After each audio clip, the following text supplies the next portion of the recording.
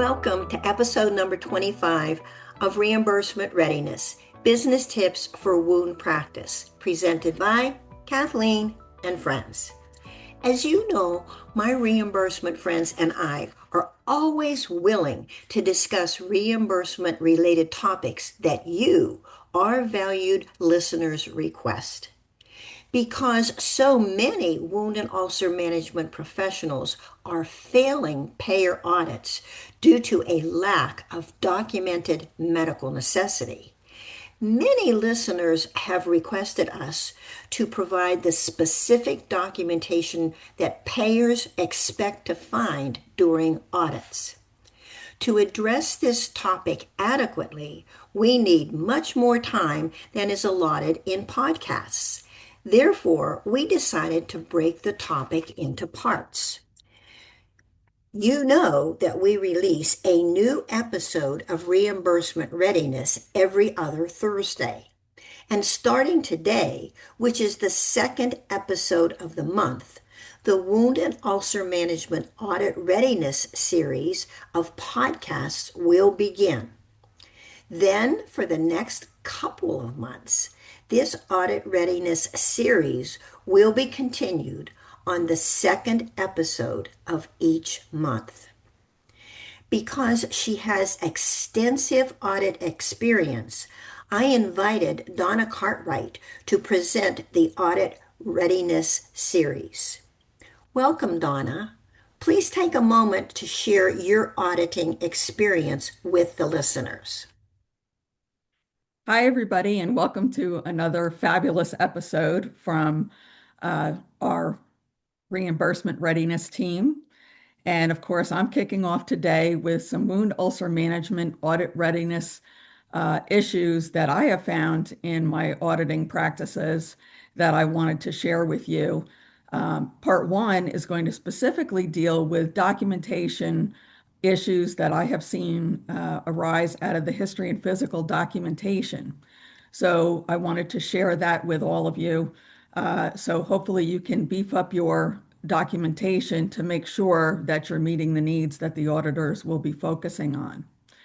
So again, we're going to discuss today what documentation needs to be available and to be easily understood by an auditor, and how to tell the story of each wound for an encounter, how to address underlying conditions in your documentation, and how to meet the history description requirements of the Medicare contractors. And last but not least, how to check for some of the little things that may mean a lot. And you'll see what I mean when we get to some of the slides. So first off, let's address pertinent history documentation. You need to ensure that the record is self-contained with the initial start date and history of each wound and ulcer, and that you document if the visit is an initial or subsequent encounter. This is extremely important because obviously if it's the initial start date, basically when they are tracking longitudinally the history of a wound, it's important for them to know the initial start date of the treatment for each wound and ulcer by site. If the patient was referred by another physician or a healthcare facility, make sure that you try to request copies of the records that document the history of each wound and ulcer, and incorporate that documented history and previous care into your medical record. And the reason is that this documentation can be used towards documenting standard of care for many of the 4-week period requirements before advanced therapies are rendered. So in that documentation, please summarize the exact treatments, their effectiveness, and who the rendering physician or healthcare facility was, because those are very important. So even if you don't have those records, it's a good idea, at least from the patient perspective, if not calling the referring physician, to document what the history of that patient has been. Very, very important. So let's talk a little bit about the physical documentation. So please clearly identify the origin of the wound or ulcer. Oftentimes I review records and I cannot tell the origin. So for example, was it an acute wound, either trauma or surgical? Was it a chronic wound or ulcer, such as a diabetic foot ulcer, venous leg ulcer, pressure ulcer? And be consistent in the identification of the wounds and ulcers because it's vital to tracking their responses to care and treatments over time. So again, origin of these wounds is very important. As I said, a lot of the times I can't find out how the wound originally occurred in a single record, specifically if it's a subsequent visit. Clearly identify each wound and ulcer by site and keep the naming consistent throughout the longitudinal record. And what I mean by that, for example, identify each wound or ulcer as wound ulcer number 1, number 2, number 3, etc., and document the location and description of each wound and ulcer as the visits go by.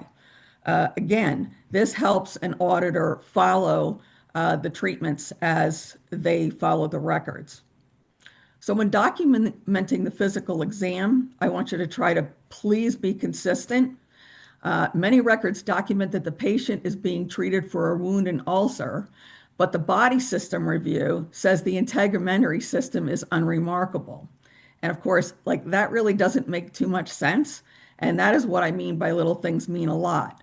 So ensure that the number of wounds that you are documenting equals or exceeds the number of documented wounds at the previous encounter. Oftentimes, I see that number change from visit to visit. If it's healed, then document that the particular wound is healed. And also, again, please make sure that it makes sense between one encounter and the next. One suggestion I have is that when you document the integumentary system, if you don't want to put it right there in that space in your electronic record, you can also make mention, say, see detailed wound ulcer assessment below, and then fully document the complete physical exam of that particular wound and ulcer.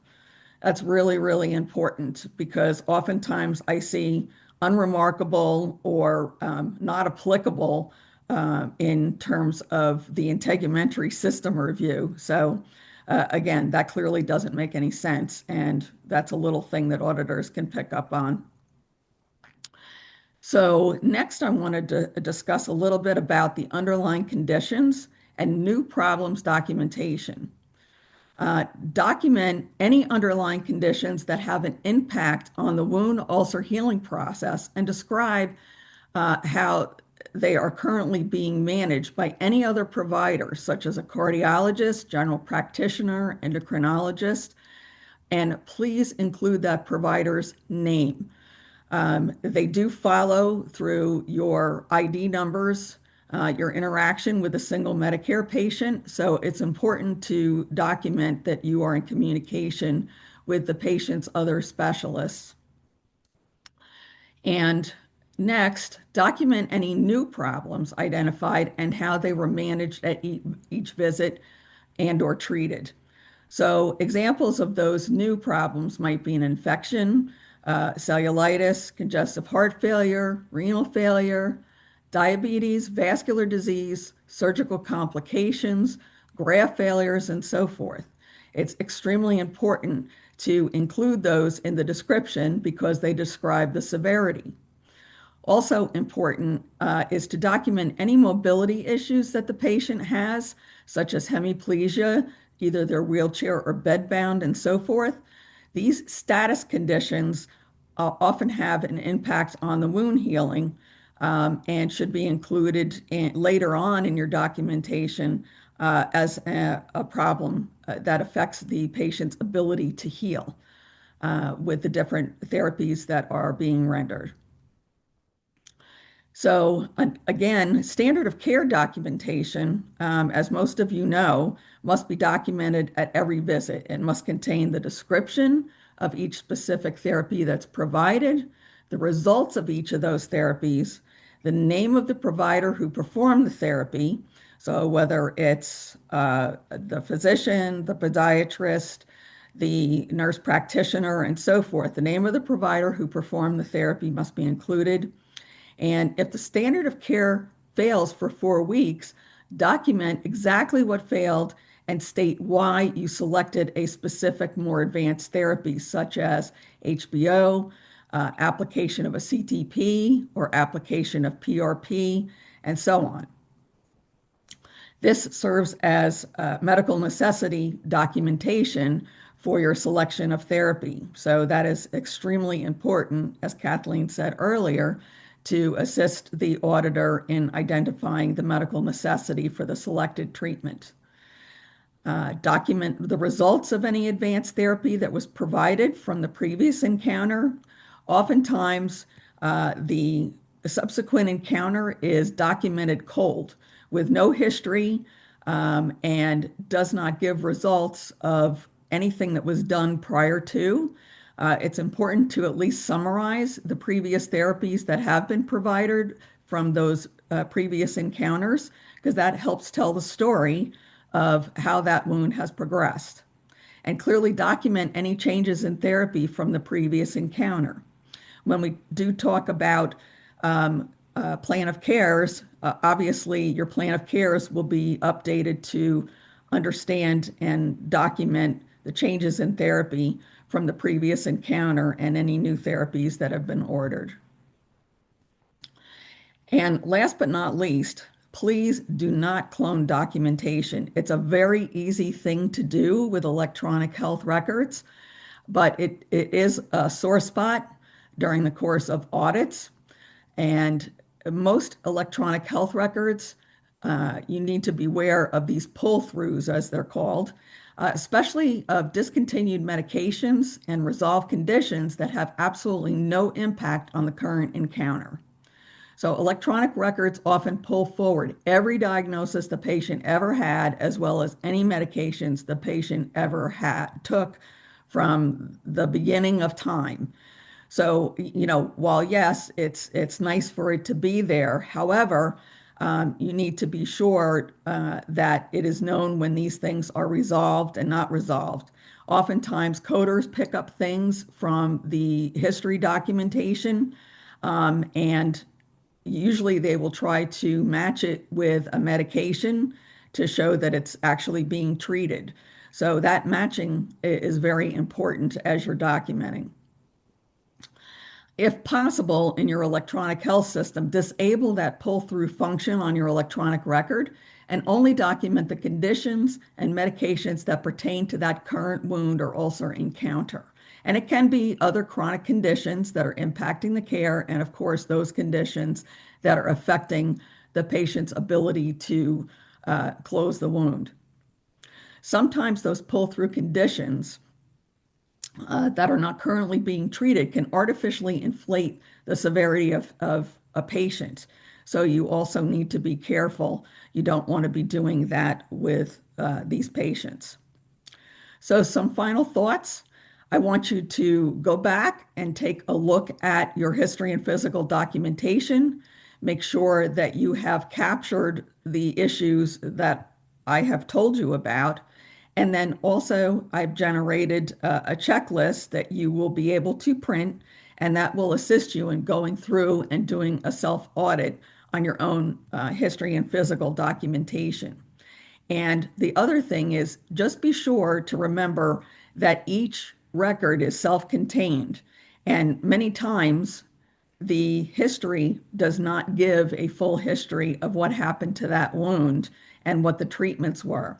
So you don't want to leave an auditor hunting around trying to find out through, or having to send previous records to delineate all the treatments that have been done, failed, and so forth all along. So it gives a nice quick summary of things that have been done previously and what their status is currently before you move on to the rest of your records.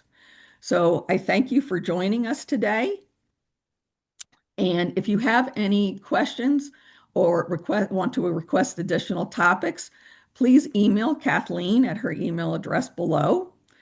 And again, thank you for attending this podcast. We enjoy bringing this information to you and look forward to further episodes regarding auditing and audit readiness. Thanks very much and have a great day. Well, thank you, Donna. Now our listeners should understand the importance of accurately documenting only the pertinent history and physical of their patient's wounds and ulcers. And I also want to encourage our listeners to keep sending me any topics that they would like the Reimbursement Readiness team to cover and/or questions that they would like us to answer. And my email address is kathleendSchaum@gmail.com.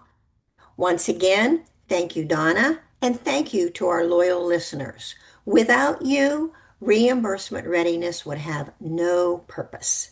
The entire Reimbursement Readiness team values your opinion of each episode. If you find these short Reimbursement Readiness episodes helpful to your business, please share them with your colleagues in wound and ulcer management and/or in the revenue cycle team. Stay tuned to our next episode where we'll explore more strategies to improve your operations and your reimbursement. Until then, keep doing the right thing for your patients and for your business. I look forward to talking to you soon. Thank you.